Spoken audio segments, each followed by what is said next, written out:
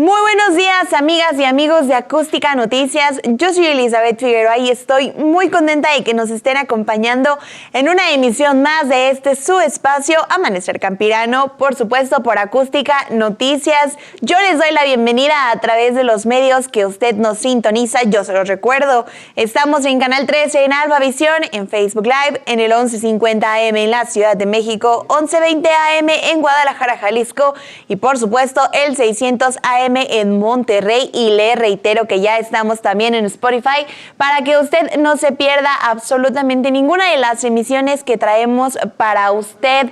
Recuerde también que estamos a través de las redes sociales, le dejan aquí arriba el código QR para que lo escanee o aquí abajo también se las dejan.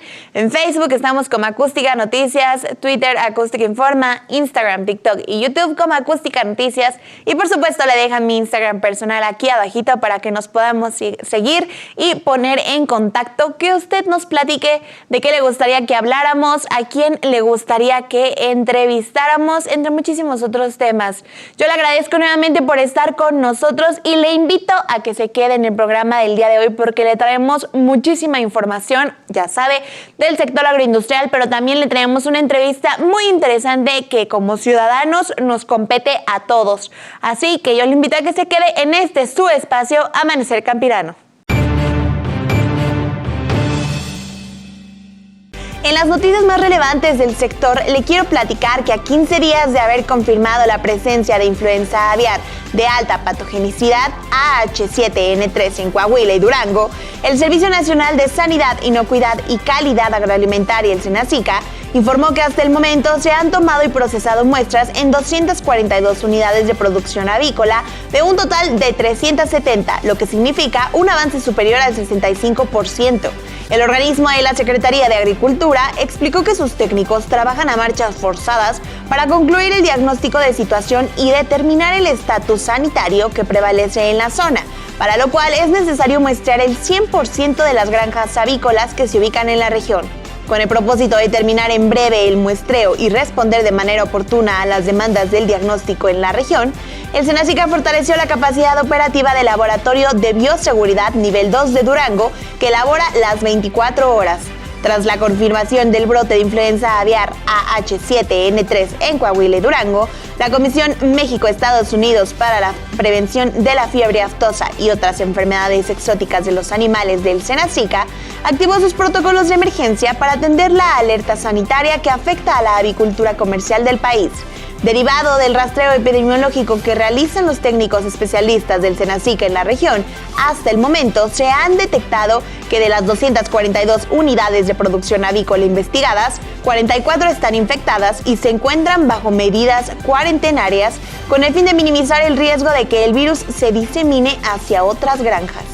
Y la Secretaría de Agricultura y la Asociación Nacional de Comercializadores de Fertilizantes, la ANACOFER, iniciaron los trabajos para aumentar la oferta de este insumo y su acceso a todos los productores del país. Esto como parte del paquete contra la inflación y carestía anunciado la víspera por el Gobierno de México. En reunión de trabajo se ratificó el compromiso de la iniciativa privada de apoyar la estrategia antiinflacionaria a través de medidas que incidan en mejorar las condiciones de los agricultores, incrementar el rendimiento y producción de granos básicos y fortalecer la seguridad alimentaria del país. Ambas partes destacaron que con la decisión del gobierno federal de eliminar las cuotas compensatorias en la importación del sulfato de amonio, se amplían las alternativas para incrementar la oferta de fertilizantes, lo que permitirá tener una disponibilidad del insumo de alrededor de 800,000 toneladas a precios competitivos. El secretario de Agricultura, Víctor Villalobos, expuso que con la puesta en marcha del plan antiinflacionario quedó más que claro el interés de productores, agroindustria y autoridades para incrementar la productividad de granos básicos en los ciclos primavera-verano 2022 y otoño-invierno 2022-2023. Esta iniciativa, dijeron, permite visualizar un horizonte que da tranquilidad en el año agrícola y bajo una oportuna revisión de los resultados, monitorear los avances y el impacto en la parte productiva en apoyo a los agricultores en estados donde no opera el programa Fertilizantes para el Bienestar. Y con el objetivo de que los productores pecuarios del país conozcan los detalles del nuevo sistema de trazabilidad bovina y el plan de trabajo de la campaña nacional contra la tuberculosis bovina, Funcionarios del Servicio Nacional de Sanidad, Inocuidad y Calidad Agroalimentaria, el SENASICA, brindaron conferencia magistral a representantes de las uniones ganaderas regionales. En el marco de la 86 Asamblea General de la Confederación Nacional de Organizaciones Ganaderas, celebrada en Tampico, Tamaulipas, el asesor del organismo de la Secretaría de Agricultura, Everardo González, subrayó que el sistema de trazabilidad de mercancías agropecuarias agrupa las bases de datos de las diversas actividades que realizan los ganaderos, desde el nacimiento de la res hasta su destino final. Así precisó, el SITMA aglutinará la información del Padrón Ganadero Nacional, del Sistema Nacional de Laboratorios, del Sistema Nacional de Identificación Individual de Ganado, así como del Registro Electrónico de Movilización, lo cual conlleva el fortalecimiento de las garantías de sanidad e inocuidad a los consumidores nacionales e internacionales de cárnicos de bovino producidos en México. Y en otras noticias, la Secretaría de Agricultura se sumó al reconocimiento que hizo la Organización de las Naciones Unidas para la Alimentación y la Agricultura, la FAO, a la Asamblea General de las Naciones Unidas por proclamar el 12 de mayo como Día Internacional de la Sanidad Vegetal, lo cual permitirá ampliar la conciencia ciudadana sobre la importancia de la fitosanidad para producir alimentos sanos y seguros. Al inaugurar los trabajos virtuales del 16 periodo de sesiones de la Comisión de Medidas Fitosanitarias, órgano rector de la Convención Internacional de Protección Fitosanitaria, la directora general adjunta de la FAO, Beth Begdol, señaló que la conmemoración proclamada por la ONU ofrece la oportunidad de poner en relieve la importancia de la sanidad vegetal en sí misma y como parte del enfoque Una Salud que engloba la salud de las personas, los animales y por supuesto el medio ambiente. Y esta misma dependencia, la Secretaría de Agricultura, informó que para este año el volumen de captura permisible para el aprovechamiento de atún aleta azul en aguas nacionales será de 3.824 toneladas. La dependencia federal publicó el acuerdo establecido con base en la resolución C-2105 de la Comisión Interamericana del Atún Tropical y en el que se especifica el volumen de captura total para el túnido. Mediante el dictamen técnico, el Instituto Nacional de Pesca y Acuacultura, el INAPESCA, indicó que el volumen de captura máximo anual recomendado por la CIAT es adecuado para la recuperación del recurso, pues contribuirá a mejorar el estado actual del atún aleta azul a nivel internacional. Las disposiciones del acuerdo aplicarán para las embarcaciones de bandera mexicana que operan al amparo de un permiso o concesión de pesca comercial en aguas marinas del país, en el Océano Pacífico y en las aguas delimitadas por el área de regulación del CIAT.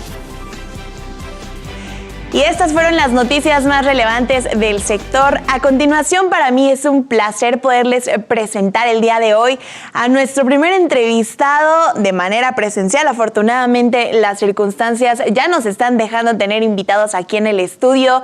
Y el día de hoy les presento a Gerardo Vigueras. Gerardo es abogado penalista que el día de hoy nos viene a platicar un tema que yo estoy segura le va a interesar. Así que quédese, por favor, para escuchar sobre este tema que de verdad nos atañe a todos como ciudadanía. Pero antes que nada, yo saludo a Gerardo. Gerardo, muy buenos días, muchísimas gracias por estar con nosotros el día de hoy. Hola Eli, para mí es el gusto. Muchas gracias. Gracias a ti por tu tiempo.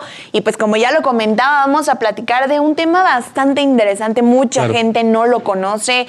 La verdad es que yo también desconocía un poco el tema, pero por eso te tenemos a ti aquí el día de hoy. Vamos a hablar acerca de la justicia restaurativa. Un tema, insisto, muy importante y que a todos nos atañe porque nunca sabemos cuándo vamos a necesitar de esto.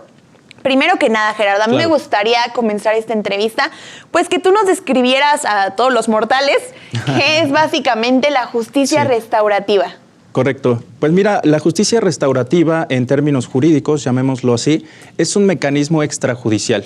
Nosotros, desde que inició la humanidad, hemos tenido la certeza de hacer actividades, inclusive con otros humanos, llegando tal vez a un punto en concreto. Aquí la justicia restaurativa, más que punir o inclusive culpar a una persona en específico, es resarcir el daño que se le ocasionó. ¿Me explico? Llamémoslo inclusive en siniestros en la ciudad o inclusive hasta en cuestiones en nuestro mismo hogar, en la escuela, inclusive en la calle. Nosotros hemos visto personas que luego tienen un ligero choque, esperan a sus seguros, a que lleguen. Precisamente se instaura en el nuevo sistema de justicia penal los medios alternativos de solución de controversias. De ahí se desprende precisamente la justicia restaurativa, que es este ente jurídico que a nosotros nos facilita el diálogo, llamémoslo así, le da incentivo también a la congruencia humana, sobre todo para llegar a un acuerdo sin necesidad de agotar unos procedimientos posteriores. Oye, y esta descripción que tú nos acabas de dar es aquí y en China. Pero para México, cuéntanos cómo es la justicia restaurativa. ¿Lleva mucho tiempo aquí en México o cómo es que se da aquí la justicia restaurativa? Claro, a partir de, como lo comentaba, del nuevo sistema, le dan mucho auge precisamente a llegar a un acuerdo antes de agotar un procedimiento legal.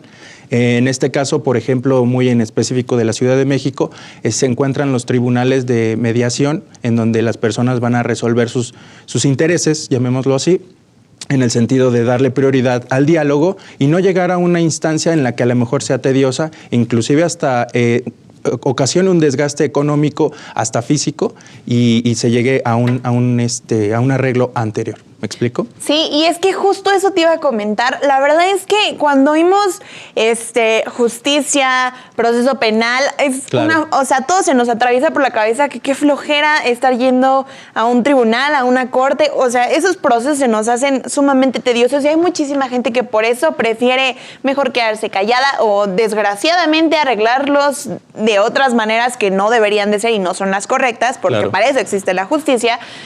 Pero justo, ¿cuál es el primer paso para poder acceder a la justicia restaurativa? En realidad, el primer paso, llamémoslo muy generalmente, es el diálogo. Porque muchas veces las personas, precisamente, y como bien lo dices, no saben cuál es la instancia pertinente a la cual acercarse en el momento en el que tienen un problema. En la Ciudad de México, y como lo dijo apenas la fiscal la fiscal general, existen también módulos en las instancias y en las agencias del Ministerio Público, módulos de mediación también, en donde a lo mejor no se llega como tal a enfocar a una carpeta de investigación o como tal un procedimiento, sino que en realidad el objetivo primordial pues es el diálogo. Claro, y es importante que nos vayas desmenuzando más o menos cuáles son los pasos. ¿Por qué? Porque, insisto, la verdad es que desconocemos de esto, ¿no? Muchas veces tenemos que acceder a un abogado para estar muchísimo más conscientes de esta situación. Pero si me lo permites, Gerardo, vamos a hacer una breve pausa y vamos a regresar para que tú nos sigas platicando precisamente de todo este proceso y cuáles son las instancias a las que podemos acudir, ¿te parece? Muchas gracias. Nosotros vamos a una breve pausa, pero ya volvemos aquí en su espacio Amanecer Campirano por Acústica Noticias. No se despegue.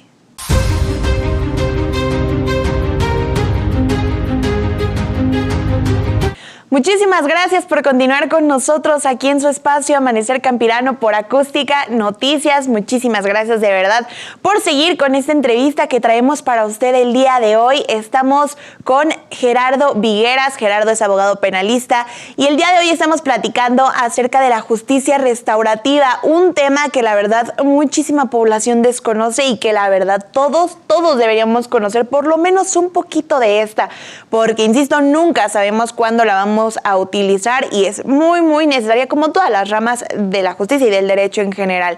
Antes del corte, Gerardo nos platicaba acerca de qué es la justicia restaurativa, que básicamente es reparar un daño que se hizo por parte, obviamente, de la persona que lo hizo para la afectada, y nos platicabas también que el primer paso para la justicia restaurativa es el diálogo. Claro. Antes del corte nos decías esto, pero ahora mi duda es, Gerardo. Sí. Muchas veces el diálogo no se da, desgraciadamente. Es por eso que se debe llevar pues a otro proceso. ¿Qué sucedería si el diálogo no se da o no se da de la manera correcta o como quisiéramos que se diera? Claro. En nuestro país existen diferentes entidades institucionales que se encargan de precisamente darle auge al diálogo y sobre todo al raciocinio humano. Esto para que se llegue a un acuerdo de intereses, sobre todo en el cual pues muchos disipan. Muchas veces en nuestro sistema de justicia hay facilitadores que pues precisamente se encargan de realizar algún acuerdo, llamémoslo de esa manera, en el que ambas partes, y digo que las partes, se configuren en un mismo sentido. Esto es que muchas veces el diálogo sea una herramienta eficaz para los dos y que a ambos les convenga, llamémoslo así, el resultado final. Si este diálogo no corresponde a los intereses de alguna de las partes, pues se sigue, se continúa el procedimiento ante una institución diferente, ¿me explico? Esta institución ya es la encargada de ver los medios punitivos, es decir, a quién le afecta, de qué manera le afecta, si hay algún tipo de delito, inclusive en el ámbito penal, muchas veces siempre hay un imputado y un ofendido. En este caso siempre se trata de llegar a un acuerdo, pero sin que se inmiscuya por ahí un delito. Oye, Gerardo, y la verdad es que es la pregunta, yo creo, del millón. ¿Esto se debe dar, el diálogo y este arreglo se debe dar antes de llegar a un tribunal o se puede llegar incluso ya estando en un proceso penal? De hecho, muchas veces dentro del mismo procedimiento es cuestión de que alguna de las partes desista también de su misma intención y es como se puede llegar a un acuerdo reparatorio, ¿me explico? O un convenio entre las mismas partes.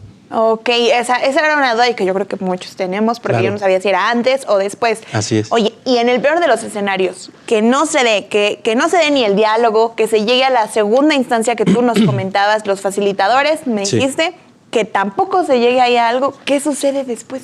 Pues mira, cuando se está llevando a cabo un procedimiento jurídico, llamémoslo de esa manera, muchas veces antes de llegar a una sentencia, que es el punto final, el punto culminante dentro de un procedimiento, se agotan muchas veces estos tipos de medios alternativos, solución de controversias, inclusive hasta medios o módulos, llamémoslo así, de convenios, ¿me explico? Para que no se llegue, o al menos no sea un desgaste como tal, porque todos tenemos derecho pues, a un debido proceso, se agotan este tipo de instancias, ¿pero para qué? Para que esto no inmiscuya también en un desgaste, como lo comentaba en un principio, tanto de la persona de una parte como de otra. Oye, ¿y cualquier delito puede tener en este proceso la justicia restaurativa o es limitado para algunos nada más? Claro que sí es limitado porque tratándose de delitos de violencia no aplica. Inclusive en términos también de delitos de alto impacto tampoco aplica. Simplemente se trata y se focaliza principalmente en delitos patrimoniales o inclusive personales. Ok, vamos a ser como más claros todavía, correcto, porque la verdad es que es muy complicada esta situación, pero ¿a qué llamamos delitos de violencia y delitos, me decías también, patrimoniales? Exacto, era el ejemplo que te daba en un principio también, no sé, el vecino de al lado me choca el coche, entonces ahí podemos acudir a una instancia, si él no quiere pagarme, yo acudo a la instancia, lo mandan llamar, lo citan, comparece en ese sentido, para que ambos podamos llegar a un acuerdo, sin necesidad de que lo demande o sin necesidad de que yo lo denuncie por los hechos cometidos en agravio de mi vehículo, que es mi propiedad.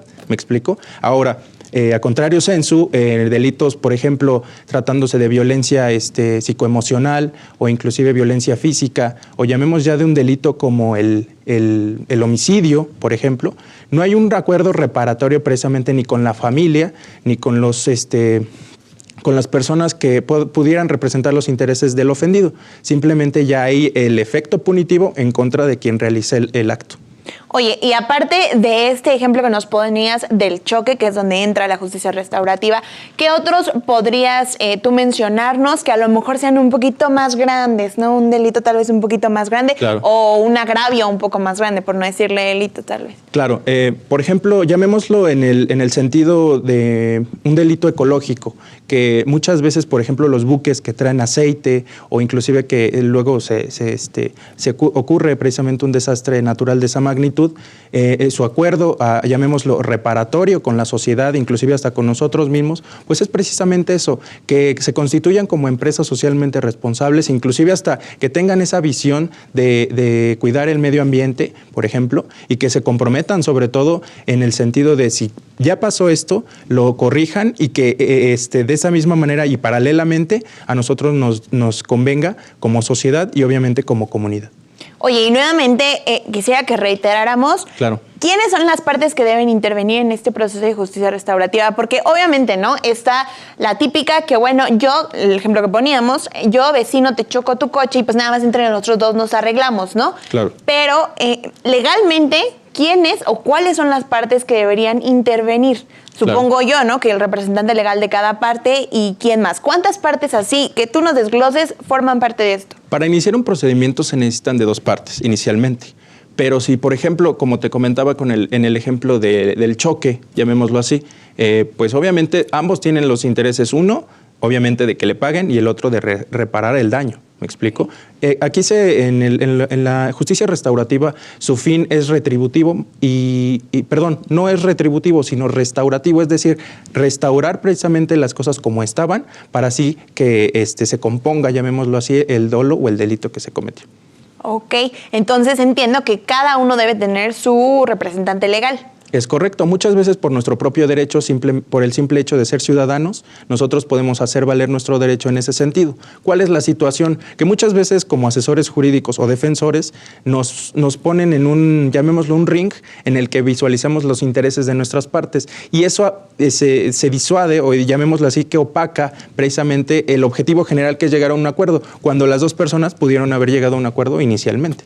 Claro. Oye, ¿y quién es la instancia o las instancias que vigilan que esa justicia restaurativa se lleve a cabo como debe de llevarse? Las fiscalías de cada estado son las oportunas para darle prioridad en el tema de los delitos. Muchas veces cuando inclusive llevamos nosotros un proceso ante un juzgado, llamémoslo de esa manera, precisamente hay instancias dentro del mismo juzgado que los invitan al diálogo antes de que inicien un procedimiento. Como te comentaba, todos tenemos derecho a un proceso, pero si está precisamente en el mar de oportunidades, que es un proceso, llegar a un acuerdo previo, pues qué mejor para las instituciones. Oye, esto es importante porque, insisto, la verdad es que otra de las dudas que yo creo que muchos tienen es ¿cuánto tiempo yo puedo dejar pasar para llevar a cabo o para desarrollar esta justicia restaurativa? Yo no sé, no soy abogada, pero supongo que después de un tiempo tal vez ya no es válido o es válido. ¿Cómo es esta cuestión del tiempo? ¿Cuánto tiempo tengo que dejar pasar? Porque sabemos que hay delitos, claro, por ejemplo, los de violencia, tiene que ser al instante que denuncien cuando hay pruebas, ¿no? Pruebas fehacientes de que existe la violencia. En este caso, ¿cuánto tiempo puedo yo dejar pasar, ciudadano, para emprender esta situación de la justicia restaurativa? Muchas veces, partiendo también del Código Nacional, inclusive del mismo código de cada entidad, aparece la prescripción de cada delito.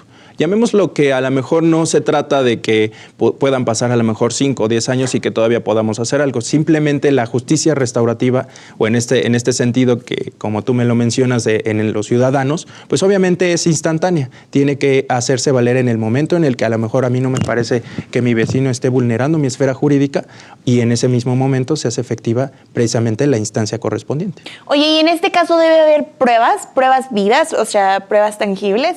Sí, claro. De hecho, inclusive, por ejemplo, muy en concreto, en el sentido de los daños, por ejemplo, patrimoniales, por ejemplo, gráficas fotográficas, inclusive hasta videos, toda esta parte funciona para llegar a un mismo acuerdo. Simplemente hay que hacerlos valer conforme a derecho. Oye, y entendemos que, bueno, pues el fin de la justicia restaurativa es reparar el daño, como lo mencionabas, restaurarlo, pero siempre se trata de dar para restaurarlo en cuestiones monetarias, o también es en algún otro sentido. Muchas veces cuando se aplica esta justicia restaurativa es muy en concreto en cada caso. Por ejemplo, llamémoslo, me están restituyendo mi salud psicológica, me están restituyendo precisamente en cuestión monetaria. El objetivo general de la justicia restaurativa es construir comunidad, construir un diálogo y sobre todo que nosotros evitemos la carga de trabajo en nuestras instituciones cuando a lo mejor podemos llegar a un acuerdo desde el inicio. Oye, hay alguien que a lo mejor yo, no ciudadano, no me parece la cantidad monetaria o la forma en la que se me está intentando restaurar el daño, pero hay alguien que dice, sí, esto es lo justo, esto es lo que se te tiene que dar. Claro, de hecho, precisamente en el tema patrimonial intervienen muchas veces peritos especializados en la materia, quienes son los que definen precisamente la cantidad o el valor monetario o inclusive el valor, llamémoslo sentimental, de la cosa, y se restituye proporcionalmente. Ah, ok, eso es súper importante. Oye, ¿y dónde podemos conocer más o a dónde podemos acercarnos para conocer justo de los módulos que tú nos platicabas hace un momento? Claro, en cada fiscalía, como les comentaba, existen diferentes módulos precisamente de mediación. Ahí existe un facilitador, inclusive dentro del mismo Ministerio Público existen órganos especializados que pueden ayudarte también a darte esa ayuda psicológica que te comentaba, inclusive hasta para detener esa controversia desde un momento y que se trate nada más de resarcir el daño psicológico que te causaron. Perfecto. La verdad es que es un tema súper amplio. Yo estoy segura que van a surgir muchísimas dudas. Yo me quedé con muchas dudas porque, como comentábamos fuera del aire, el derecho es un abanico impresionante y sin fin. Muy, muy amplio, la verdad. Pero hay que estar siempre muy pendientes de eso. Si tú nos lo permites en una segunda entrevista, si nos das tiempecito para seguir platicando de esto y de todo lo que interviene en esto también, Gerardo, aquí estás bienvenido y todas las dudas que puedan surgir te las vamos a traer. Para mí va a ser un gusto. Muchísimas gracias, Gerardo. Gracias por acompañarnos el día de hoy. Cuídate muchísimo. Gracias. Él fue Gerardo Vigueras, él es abogado penalista y si usted tiene alguna duda respecto a este tema de la justicia restaurativa, no duden en escribirnos en nuestras redes sociales, en mi Instagram personal también aquí se lo dejan. Déjenos sus dudas para que nosotros se las hagamos llegar a Gerardo y en una próxima emisión Gerardo les resuelva también sus dudas sobre este tema que es muy, muy importante de verdad. Nosotros vamos a una breve pausa comercial, pero ya volvemos aquí en su espacio Amanecer Campirano.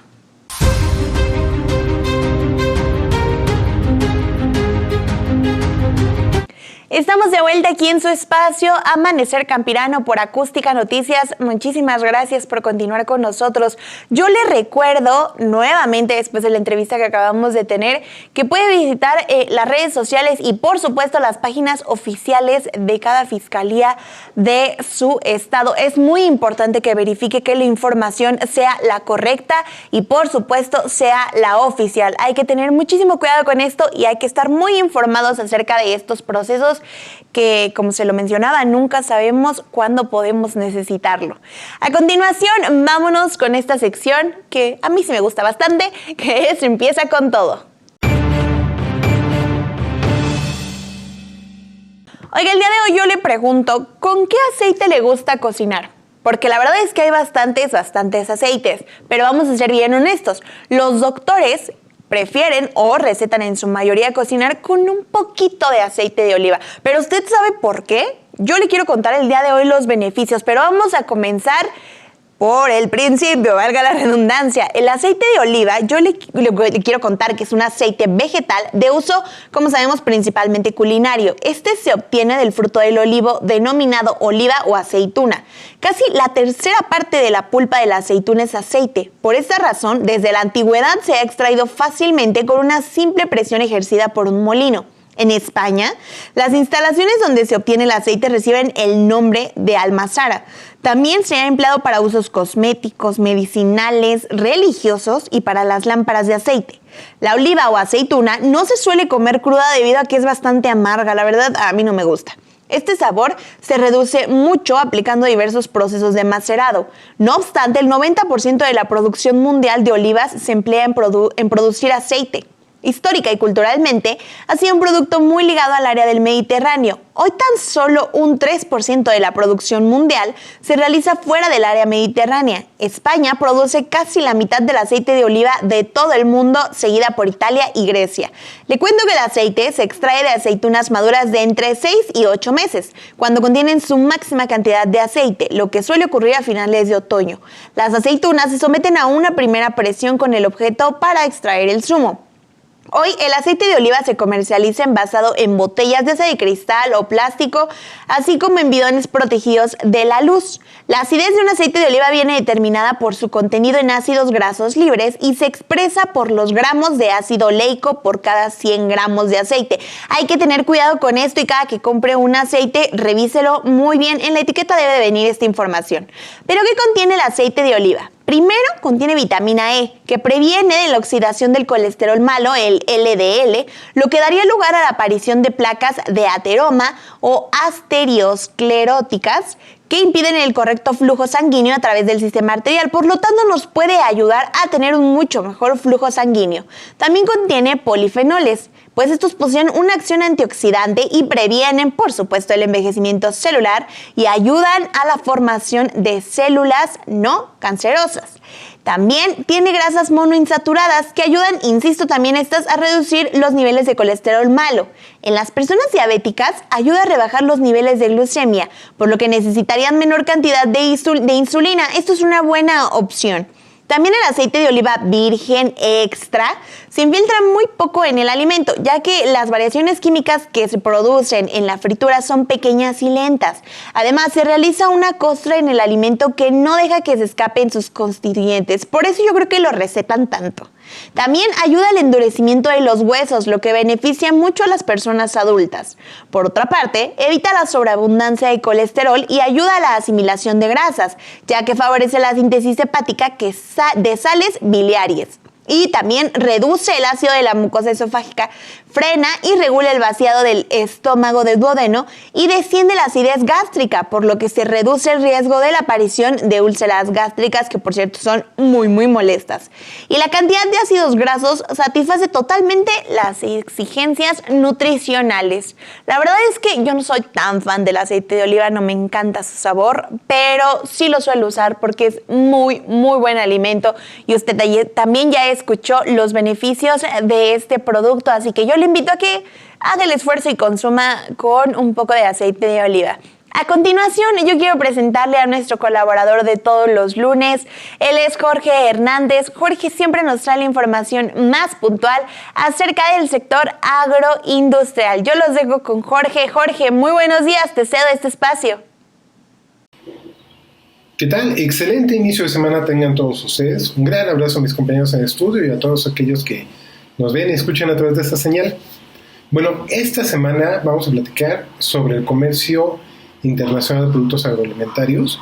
Ya el INEGI recientemente dio a conocer los últimos datos sobre las exportaciones al primer bimestre de 2022, que vendría siendo de enero a febrero de este año, y en las cuales tenemos registrada un superávit en la balanza comercial agroalimentaria de $1.500 millones, $1.558 millones. Esto a partir de ventas que sumaron $7.800 millones de todo el sector agroalimentario, y a estas se le restan las importaciones, que esta vez alcanzaron los $6.246 millones. ¿Esto qué quiere decir?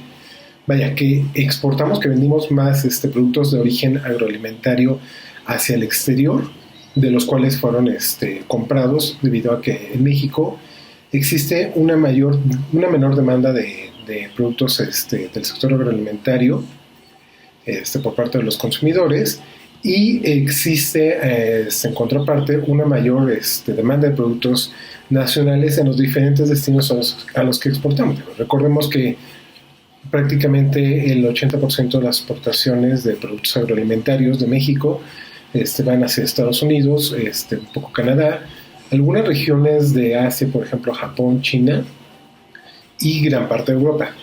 Entonces, eso quiere decir que a nivel mundial existe una fuerte demanda.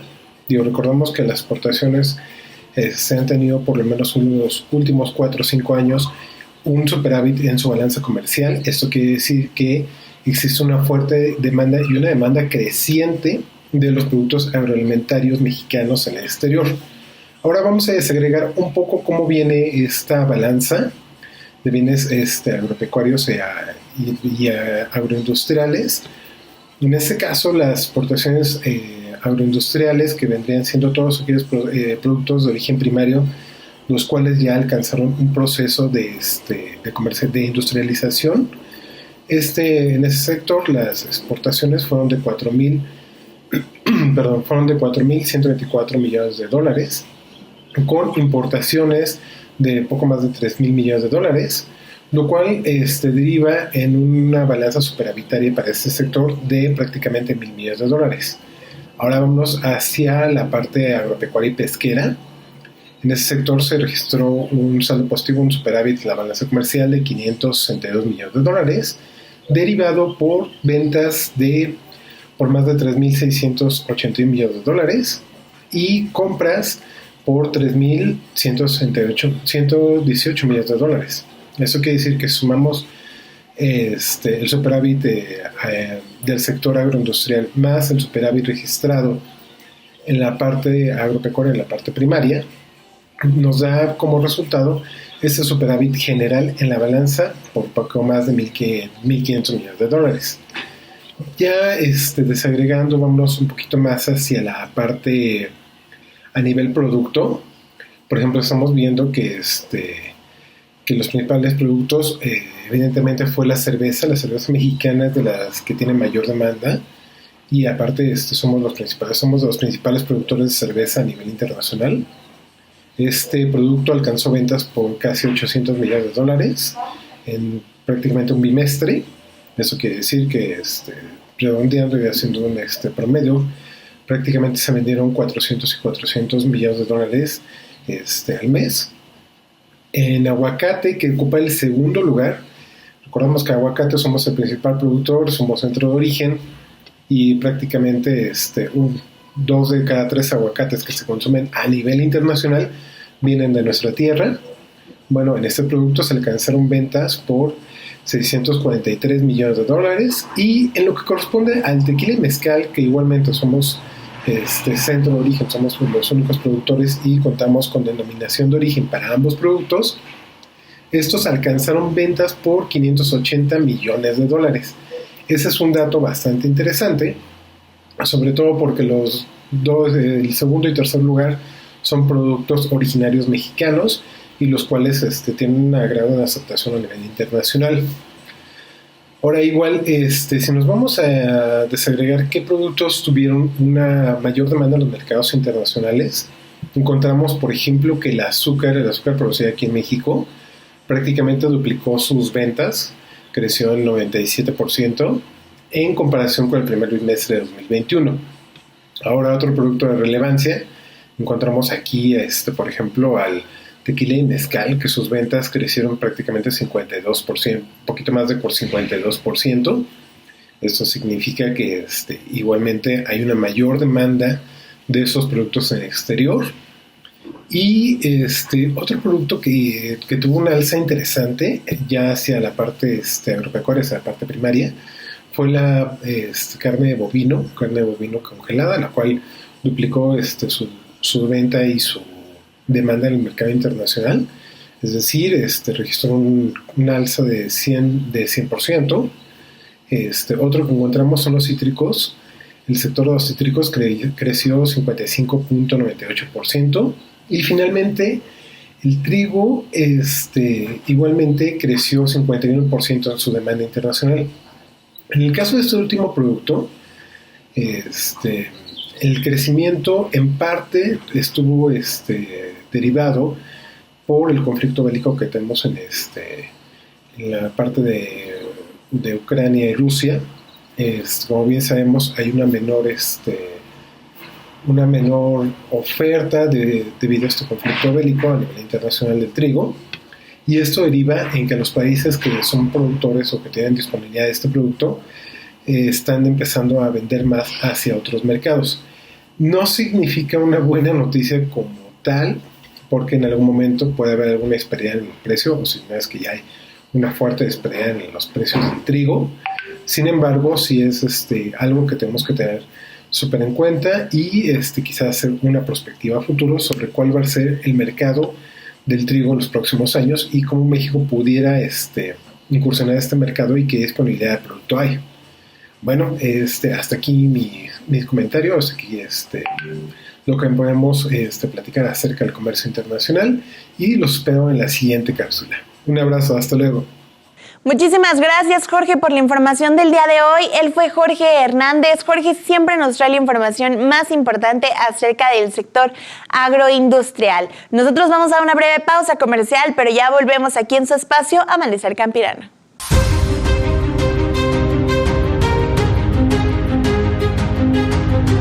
Estamos de regreso aquí en su espacio Amanecer Campirano por Acústica Noticias. Muchas gracias por continuar con nosotros. Oiga, y perdóneme que dé tanta lata, pero ya necesitamos un descanso, la verdad. Ya se necesita sentir las vacaciones. Y si usted tiene vacaciones en puerta y no sabe todavía dónde ir, yo le quiero traer una recomendación el día de hoy. Hoy vamos a platicar acerca de un lugar que no quiero que se confunda, porque hay 2 lugares en nuestro país, o por lo menos 2 que yo conozca, que tienen este nombre. Quiero hablar acerca de Tula, pero en esta ocasión vamos a hablar de Tula, Tamaulipas. Como ya se lo mencionaba, la ciudad de Tula es una pequeña ciudad en el estado de Tamaulipas. No hay que confundirla porque también hay una ciudad, un pequeño pueblito llamado Tula en, por supuesto, Hidalgo, pero esta ocasión vamos a hablar de Tamaulipas. Este lugar fue fundado el 22 de julio de 1617 por el fraile franciscano Juan Bautista de Mollinedo, por lo cual usualmente es considerada la ciudad más antigua del estado de Tamaulipas. Había muchos Juan Bautista, ¿verdad?, en ese entonces. En 1747 se incorporó al gobierno del Nuevo Santander. Le fue otorgada la categoría de ciudad en 1835. Durante un breve periodo de diciembre de 1846 a febrero de 1847, fue sede de la capital del estado. También es cabecera del municipio de Tula y en 2011 se nombró este lugar como parte de los pueblos mágicos en reconocimiento a su valor cultural y turístico. Destacan, entre otras cosas, las artesanías de la región, la arquitectura del periodo del Porfiriato y el saludable clima de la región, que es delicioso. Fray Juan Bautista de Mollinedo, como se los contaba, fundó este pueblo el 22 de julio de 1617 en la falda sur del cerro, que ahora se llama el Cerro de la Cruz. El acta de fundación indica que Fray Juan Bautista celebró una misa en una iglesia de Jacal encargada a los naturales en una visita anterior, durante la cual encomendó la misión a San Antonio. Levantó en alto una cruz y tomó posesión y amparo de dicha iglesia bajo el derecho parroquial y real. Quedó a cargo de la feligresía Fray Diego de Espinosa. Tula se elevó a la categoría de villa en 1744 durante la visita del coronel don José de Escandón, sumándose a la población familias procedentes de Querétaro, San Luis Potosí, Río Verde y Guadalcazar. La población de Tula participó activamente en la Guerra de Independencia de México y el movimiento insurgente fue organizado por Mateo Acuña, Bernardo Gómez de Lara y Reyes Pérez, entre otros. El movimiento armado comenzó el 4 de diciembre de 1810 con el sitio a la guarnición española. Este es solamente un poquito de su historia porque si yo me pusiera a contársela toda, créame que no acabamos. Pero vamos a lo que nos importa. ¿Qué podemos visitar en este lugar? Primero que nada está el centro de la ciudad, que siempre se los traigo, y este cuenta con más de 400 construcciones consideradas como históricas. Estas edificaciones son representativas de la arquitectura colonial y del periodo del Porfiriato. También junto a la plaza principal destaca el Templo de San Antonio de Padua.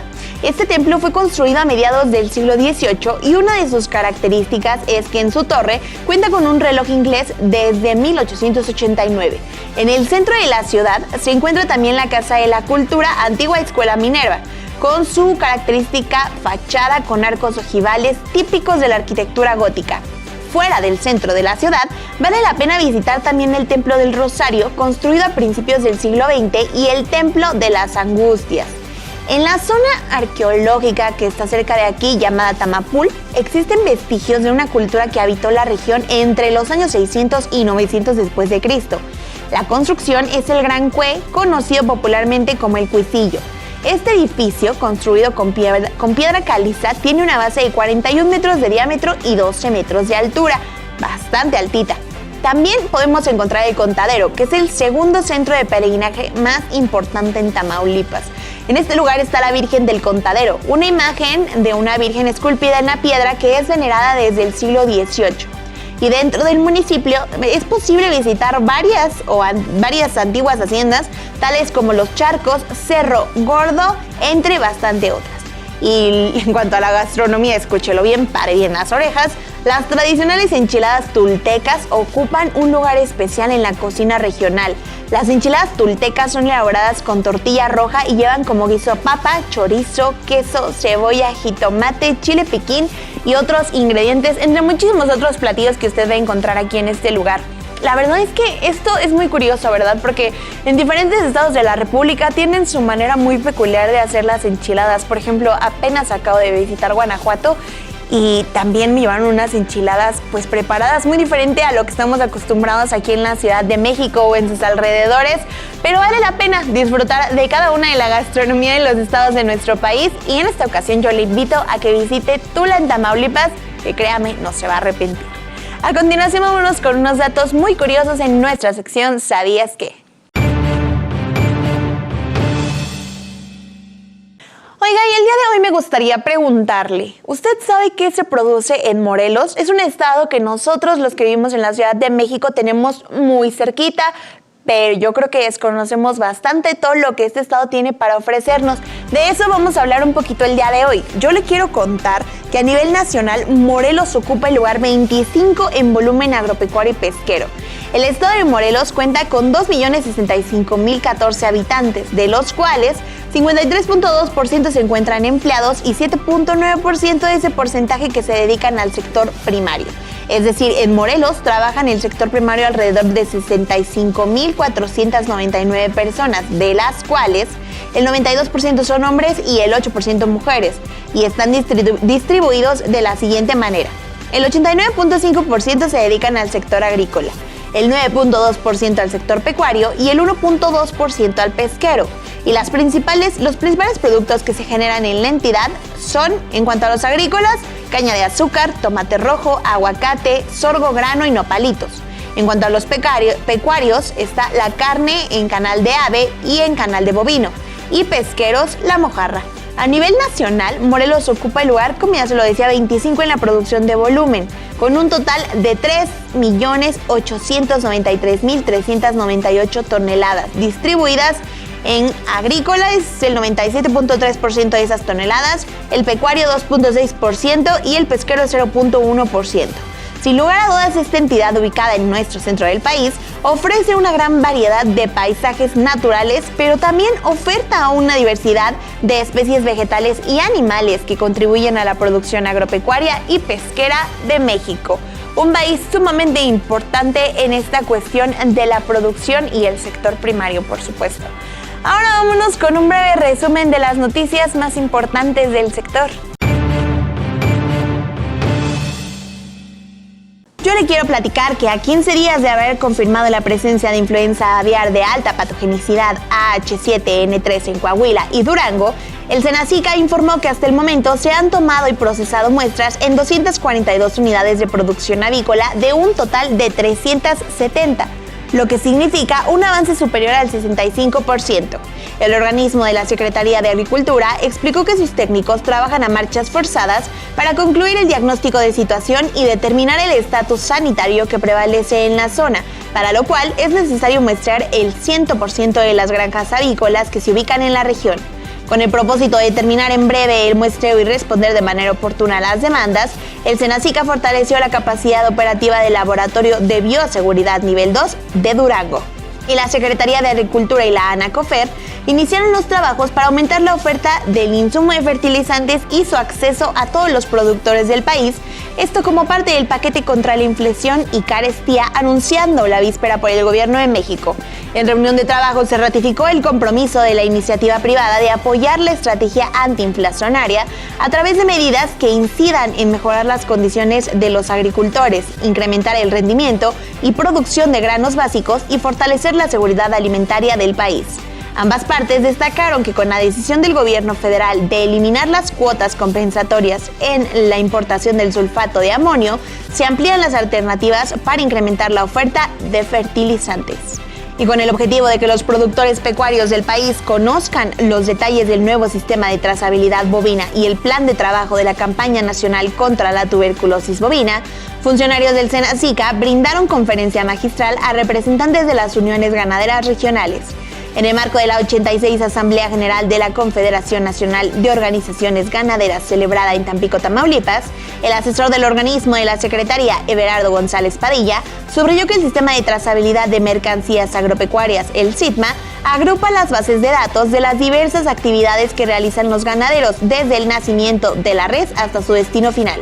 Así precisó, el SITMA aglutinará la información del Padrón Ganadero Nacional, del Sistema Nacional de Laboratorios, del Sistema Nacional de Identificación Individual de Ganado, así como el Registro Electrónico de Movilización, lo cual conlleva el fortalecimiento de las garantías de sanidad e inocuidad a los consumidores nacionales.